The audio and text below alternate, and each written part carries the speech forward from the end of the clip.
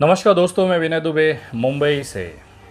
कुछ दिन पहले मैंने मनीष कश्यप को लेकर कुछ बातों का खुलासा किया था कि मनीष कश्यप तमिलनाडु और बिहार को लड़ाने वाले षड्यंत्र का एक चेहरा है, जिसे आगे कर ये पूरा दो राज्यों के बीच नफरत फैलाना और तमिल और बिहारी को आपस में लड़ाकर बिहार की सरकार को अस्थायी करने का जो षड्यंत्र था वो इन लोगों ने मिलकर किया।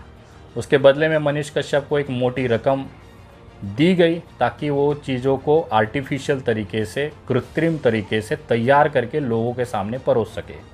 अभी थोड़ी देर पहले ही बिहार पुलिस का एक ट्वीट आया है जिसमें मैंने जो चीज़ें आपको कही थी वो लगभग चीज़ें बिहार पुलिस ने अपने ट्विटर पर कंफर्म कर दी है। क्योंकि मैं एक सामाजिक कार्यकर्ता होने के नाते, एक जिम्मेदार नागरिक होने के नाते ऐसे मुंह में आया कुछ भी आरोप किसी पे भी नहीं कर सकता। मेरे भी सोर्सेज हैं, मेरे भी सूत्र हैं जहां से मुझे कंफर्म जानकारी मिलती है, तथ्य मैं जमा करता हूं, उसके बाद आप लोगों तक पहुंचाता हूं। मैंने आपको कहा था कि इस तमिलनाडु विवाद में एक मोटी रकम मनीष कश्यप के पास आई है और इस रकम में से छोटी छोटी राशियां इसने बहुत सारे लोगों को भेजी है। भेजने का उद्देश्य ये था कि तमिलनाडु और जो बिहार की जो षड्यंत्र है उसके आग में घी का काम करना। जैसे अभी कुछ दिन पहले ही एक फर्जी वीडियो को लेकर मनीष कश्यप के ऊपर गिरफ्तारी का एक एफआईआर दर्ज हुई है। उसका कारण ये था कि एक घर में भाड़े पर लेना, दो कलाकारों को, एक्टरों को तैयार करना, मार खाए हुए बिहारियों को दिखाना, उसके बाद वीडियो बनाकर उसे शूट करना, इसमें खर्चे लगते हैं। ये पैसे उस तरह के आर्टिफिशियल वीडियो में, जिसमें जिस मज़दूर ने मार भी नहीं खाया है लेकिन पट्टी और स्टिकर लगा के उसको मार खाया हुआ दिखाकर ये साबित करने की कोशिश की गई कि तमिलनाडु के अंदर बिहारियों को मारा गया है। ये सारा रहस्य उद्घाटन आज बिहार पुलिस ने किया है। अभी 7:45 आज 15 मार्च 2023 को बिहार के ट्विटर हैंडल पर अगर आप एक ट्वीट देखेंगे तो उसमें ये जानकारी पुलिस ने कन्फर्म की है। सबसे बड़ा अपडेट ये है कि भगोड़ा मनीष कश्यप और उसका एक दूसरा साथी युवराज सिंह राजपूत, ये दोनों के खिलाफ आज पटना के कोर्ट ने गिरफ्तारी वारंट जारी किया है। इन दोनों की गिरफ्तारी के लिए बिहार पुलिस ने अलग अलग टीमें बनाई हैं जो अब अलग अलग राज्यों में जाकर छापेमारी कर मनीष कश्यप को गिरफ्तार कर लेगी। मेरे सूत्रों के हिसाब से मनीष कश्यप इस समय गाज़ियाबाद और नोएडा के इलाकों में रह रहा है। रह रहा क्या है? छिपा हुआ है।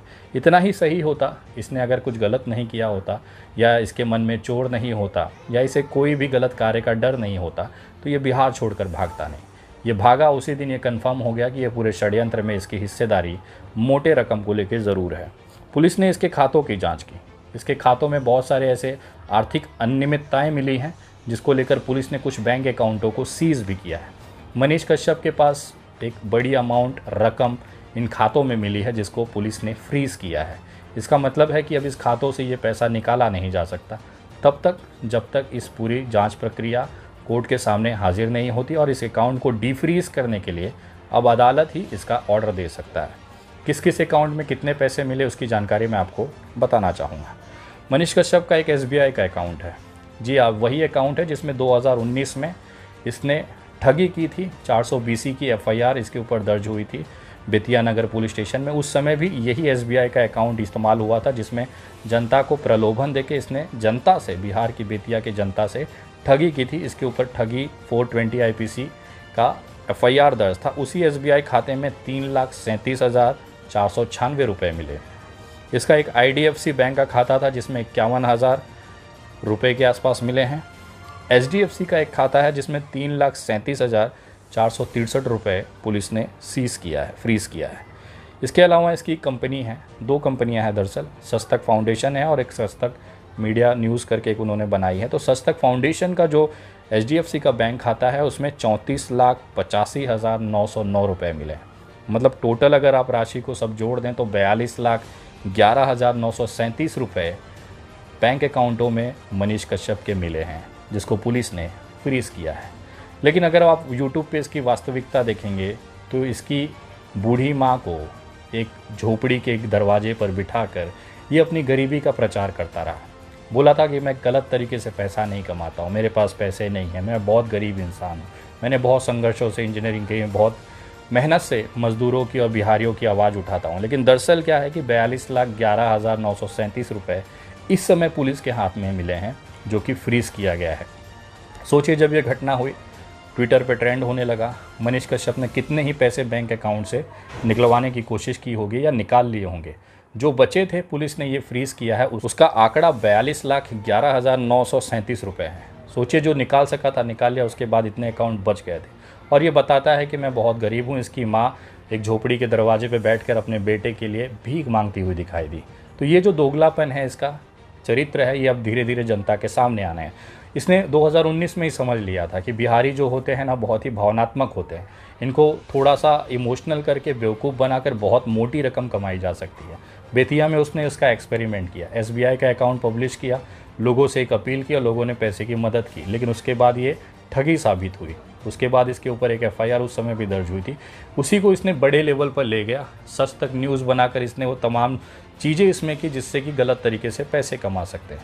पुलिस ने कंफर्म किया है कि इसके बैंक खातों में तमिलनाडु और बिहार के विवाद के बाद बहुत ज़्यादा संख्या में पैसे जमा हुए और बहुत संख्या में पैसे दूसरों को भेजे गए, ताकि कृत्रिम तरीके से बिहार और तमिलनाडु का विवाद हकीकत है ऐसा दिखाया जा सके। एक झूठे कलाकारों को तैयार किया गया, मजदूर बनाकर उन्हें आपके सामने पेश किया गया। उसके बाद में ये इसलिए किया गया क्योंकि दिखाया जा सके कि तमिलनाडु में बिहारियों को पीटा जा रहा है, लेकिन वास्तविकता में ज़मीनी हकीकत पे ऐसी कोई घटना हुई ही नहीं थी। ये पूरा षड्यंत्र भारतीय जनता पार्टी का था, लेकिन चेहरा जो था वो मनीष कश्यप को बनाया गया। उसके बाद में वित्तीय अनियमितताओं को लेकर पुलिस को इसमें साक्ष्य मिले हैं, प्रूफ मिले हैं, कंफर्म प्रूफ मिले हैं, जिसके बाद पुलिस ने इसे बिहार पुलिस के ट्विटर पे कंफर्म भी किया है। मनीष कश्यप के नाम से फेक आईडीज़ बनाई जा रही हैं। एक फेक आईडी थी मनीष कश्यप 43, जिसको बनाने वाले का नाम था प्रशांत कुमार। इस बंदे को गिरफ्तारी वाली फ़ोटो देखी होगी, बड़े शान के साथ फ़ोटो खिंचवा के इन्होंने पब्लिश की थी। तो इस बंदे को एक अलग FIR में FIR क्रमांक 05/23 जो कि आर्थिक अपराध शाखा से ही दर्ज किया गया है। प्रशांत कुमार जो कि बक्सर का रहने वाला है, लेकिन फ़िलहाल शास्त्री नगर पटना से उसे गिरफ्तार कर दिया गया है और उसे न्यायिक हिरासत में कोर्ट में पेश करने के बाद भेज दिया गया है। इन आरोपियों की गिरफ्तारी, मतलब जो 2 आरोपी अभी भी फरार चल रहे हैं, जिसमें युवराज सिंह राजपूत और भगौड़ा मनीष कश्यप है, इसकी गिरफ्तारी के लिए आप आज से पुलिस टीम अलग अलग राज्यों में रवाना होगी। और मैं दावे के साथ कहता हूँ अगले 2 दिनों में या कुछ घंटों के अंदर आप मनीष कश्यप की गिरफ्तारी को देखेंगे।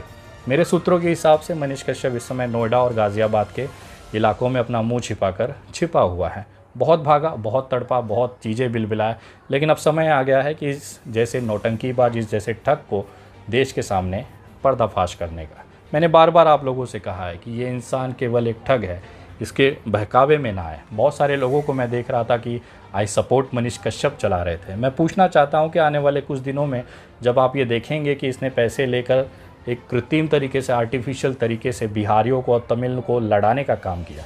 सोचिए, जिस तमिलनाडु के उद्योगों से 13% रेवेन्यू, आर्थिक पैसा बिहारी मजदूर बिहार ले आते हैं, इसका मतलब 13% जो मजदूर हैं वो तमिलनाडु के उद्योगों में काम करते हैं। ये नफ़रत भर कर उन्होंने उद्योगों से उनका निवाला छीनने का काम किया है। अब वो चीज़ें हो रही हैं कि 13% जो आबादी है उसका घर तमिलनाडु के उद्योगों से चलता था। मनीष कश्यप का प्रयास था कि उनके उद्योगों को तबाह करके 2 राज्यों को आपस में लड़ाकर मजदूरों की निवाला छीनने का। अगले जांच में आपको पता चल जाएगा और कबूली भी आ सकती है मनीष कश्यप की कि उसने ये सारी चीज़ें केवल पैसों के लिए की थी। ये जानकारी भी आपको आने वाले भविष्य में देखने के लिए मिल सकती है। इसने अकूत संपत्तियाँ अर्जित की, पटना के अंदर फ्लैट, दिल्ली के अंदर फ्लैट, गाड़ियाँ, ये तमाम पैसे इसने अपनी मेहनत से नहीं कमाए थे। ये किसी न किसी को किसी न किसी कार का या किसी न किसी कांड का डर दिखा के कराया। इसका एक पैटर्न होता था, क्योंकि एक सिविल इंजीनियर है, इसने टेंडरों का इसको अच्छा नॉलेज है, इसकी टीम के पास अच्छा नॉलेज है। जो सड़क अगले 6 महीने में बनकर तैयार होने वाली होती है, इसकी वीडियो वहीं पर बनती थी। ये दिखाता कि यहाँ पर जनता को सड़क की ज़रूरत है, यहाँ पर जनता को आपको सड़क बनना चाहिए, ऐसी मांग को लेकर ये अपनी वीडियो बनाता था। और 6 महीने बाद नेचुरली वो 6 महीने बाद वो सड़क पूरी होनी थी। उसके बाद ये वीडियो बनाकर दिखाता था कि देखिए मैंने आवाज़ उठाया, सरकार डर गई और 6 महीने में सड़क बन गई। ऐसा ही कुछ आर्टिफिशियल चीज़ें ये अपने वीडियोज़ में करता था। बहुत सारी चीज़ें ऐसी हैं जो होने ही वाली हैं, मतलब ये वीडियो नहीं भी बनाता था तो भी वो सड़क बननी थी, लेकिन इसका क्रेडिट लेने के लिए जनता के बीच में एक भावनात्मक जुगाड़ बनाने के लिए इसने ये सारा ठगी का काम किया, क्योंकि ये पेशेवर ठग है। इसका जो इतिहास है वो यही दिखाता है। इतने सारे FIR, इतनी सारी ठगी के इसके पास प्रमाण है कि इसकी वजह से इसने समझ लिया था कि बिहार की जनता को बेवकूफ़ बनाकर इतना पैसा कमाया जा सकता है जो एक सिविल इंजीनियर की नौकरी में नहीं होता। ये ना एक सर्टिफाइड पत्रकार है। सबसे बड़ी चीज़, इसके ऊपर जब केस दर्ज हुआ था तो इसके सर्टिफिकेशन की खोज की गई। इसने 2 कंपनियां रजिस्टर कराई हैं। एक कंपनी जो कि शिक्षा के क्षेत्र के लिए है, सस्तक फाउंडेशन करके। दूसरी कंपनी जो मीडिया हाउस के तौर पर रजिस्टर किया। मीडिया हाउस में भी प्रकार हैं। मीडिया हाउस में जिसमें एडवर्टाइजिंग कैटेगरी में इसकी रजिस्ट्रेशन है, इसको न्यूज़ बनाने या पत्रकारिता करने के लिए कोई भी लाइसेंस इसने नहीं लिया है। न इसने आरएनआई में रजिस्टर कराया है, ना ब्रॉडकास्टिंग मिनिस्ट्री में इसका रजिस्ट्रेशन है। केवल एक माइक 500 रुपये का लेकर फर्जी पत्रकार बनकर लोगों को डरा कर केवल इसने वसूली की। पटना के जो फ्लैट्स इसने लिए हैं या दिल्ली के जो फ्लैट्स हैं, उसका भुगतान भी इसने अभी तक किया नहीं है, क्योंकि वो करना ही नहीं था। उसको केवल किसी कांड में उनके आरोपियों को पकड़ा था, उसके एवज में ये पैसे के बदले में उन्होंने ये फ्लैट और प्रॉपर्टियाँ अपने नाम करवाई हैं। 2 लोग हैं इसके पार्टनर में, जिसमें एक द्विवेदी और एक त्रिपुरारी तिवारी और मनीष कश्यप है। ये पूरा रहस्य उद्घाटन आपको अगले 2 से 3 दिन के अंदर होने वाला है। ये पूरी रिसर्च है। ये अपने वीडियो में कहता था कि मैं 10 लाख रुपया महीना कमाता हूँ। 10 लाख रुपया महीना कमाने के बाद भी इसे इसकी क्या ज़रूरत पड़ गई थी, या इसे पैसे की कौन सी लालच थी कि बिहार और तमिलनाडु को आपस में लड़वा कर लाशें बिछवाने चला था ये बंदा। क्या ऐसी पैसे की भूख थी कि जो लोग चैन से बिहार के मजदूर तमिलनाडु में जाकर अपनी रोजी रोटी चला रहे थे, अपना घर चला रहे थे, अपने बच्चों को पढ़ा रहे थे, उसके मुंह का निवाला और बच्चों के भविष्य को अंधकारमय करने की क्या ज़रूरत पड़ गई? जो इंसान 10 लाख रुपया महीना कमाने की बात करता था सोशल मीडिया पर, आखिर पैसे के लिए क्यों लोगों के मुंह के निवाले और बच्चों के शिक्षा के भविष्य से ये खेल गया? ये सबसे बड़ा सवाल मुझे आज तक समझ में नहीं आया कि इतनी क्या पैसे की भूख थी, ऐसा क्या लालच था जो आपकी पूरी नहीं हो रही थी। ऊपर वाले ने आपको अच्छा चेहरा दिया, अच्छा नेम फेम दिया, अच्छा अर्निंग दिया, उसके बावजूद भी आपकी ये पैसे की भूख क्यों नहीं मिटी? आखिर ये तमिलनाडु और बिहार का विवाद कराकर आप क्या हासिल करना चाहते थे? ऐसा कौन सा पैसा आप बना लोगे जिसमें लोगों के खून, उस नोटों में लोगों के खून लगे हों? इस पैसे को खाकर आप कहाँ जाकर इसे हजम कर पाओगे? ऊपर वाले की लाठी में आवाज़ नहीं होती। आज का जो आप मनीष कश्यप देख रहे हैं, ये वैसा ही हो जाएगा जैसे ये 2019 में था। सड़क पर आकर कटोरा लेकर फिर से वहीं अपनी जीवन को शुरुआत करेगा, क्योंकि इसके किए हुए कृत्यों का, इसके पापों का, पाप का घड़ा जो है वो भर चुका है। मैं भगवान से प्रार्थना करता हूँ कि ऐसे लोगों को सद्बुद्धि दे। हम लोग भी सोशल मीडिया पर हैं, बहुत छोटे से लेवल पर काम करते हैं, लेकिन कभी भी इस तरह की चीज़ों में इन्वॉल्व नहीं हुए, क्योंकि मुझे पता है कि धीरूभाई अंबानी जब मरा था तो वो 1 रुपया भी अपने साथ नहीं ले जा पाया। तो अरबों खरबों की संपत्ति बनाकर आप केवल अपना लिए जंजाल और झंझट ही बनाते हैं। जब आपके अंदर संतोष आ जाता है तो ऊपर वाला आपको भर भर के मदद भी करता है। आज लाखों रुपए महीने का मैं लोगों की सामाजिक कार्यों में मदद करने के लिए कर देता हूँ। अभी देखिए ना, बेगूसराय आ रहा हूँ। बेगूसराय में 2 लड़कियों का बलात्कार होता है। पचवीर इलाके में 6 महीने की मुस्लिम बच्चियों को 5 लोग मिलकर बलात्कार करते हैं। हैवानियत की सारी हदें पार कर दी जाती हैं। 6 साल की बच्ची जिसके गाल को बलात्कार करने वाले आरोपी ने अपने दांतों से नोच कर निकाल दिया, ऐसा निकाला कि आप बाहर से उसके दांत से देख सकते हैं। 6 साल की बच्ची ने कैसे ये सब सहा होगा? और बारी बारी से 5 बार 5 लोगों ने उसके साथ बलात्कार किया। केवल 6 साल की बच्ची, उसके शरीर को नोचा गया, जगह जगह घाव के निशान हैं, वो सदमे में है। मैं उस परिवार की मदद के लिए अगले 2 दिन में बेगूसराय आने वाला हूँ। अगर आप लोग भी इस परिवार को आर्थिक मदद करना चाहते हैं तो आगे आ सकते हैं। मैं अपनी तरफ से तो कर ही रहा हूँ, लेकिन अगर आप लोग भी इसमें सहयोग करके इस बच्ची के मरहम के लिए, इस बच्ची के सदमे से उबरने के लिए, इसके एक अच्छे भविष्य देने के लिए अगर आप मदद करना चाहते हैं तो आप मेरे गूगल पे, फ़ोनपे, पेटीएम और यूपीआई नंबर 9820898898 इस पे आप भेज सकते हैं, या ये जो QR कोड है इसको आप स्कैन कर सकते हैं। मैं दावे के साथ कहता हूँ कि मनीष कश्यप ने जिस तरह से गलत तरीक़ों से पैसे बनाए हैं, लोगों की बद्दुआएँ ली हैं, लोगों का हाय लेकर ये पूरा एम्पायर खड़ा किया है, वो एक दिन धूल में और मिट्टी में मिल ही जाना है, जिसकी शुरुआत अब हो चुकी है। एक अच्छा आदमी, एक अच्छा वक्ता, एक अच्छा इंसान बर्बाद होते हुए हम लोग देख रहे हैं, और केवल उसके लालच की वजह से। मैं बिहार के उन तमाम लोगों से निवेदन करता हूं, कृपया अपनी सद्बुद्धि, अपने विचारों को लेकर किसी को सपोर्ट किया करें। कहीं ऐसा ना हो कि जिस इंसान का आप सपोर्ट कर रहे हैं वही आपका घर जला रहा है, आपके बच्चों का भविष्य खा रहा है, केवल अपना घर में नोट की गड्डियाँ भरने के लिए। ये वीडियो आपको कैसी लगी है कमेंट ज़रूर करें। बिहार के तमाम लोगों तक ये वीडियो ज़रूर पहुंचाएं। अगली अपडेट जैसे मुझे मिलेगी आप तक मैं पहुंचाता रहूंगा। वीडियो बहुत जल्द तब तक जय हिंद, जय महाराष्ट्र।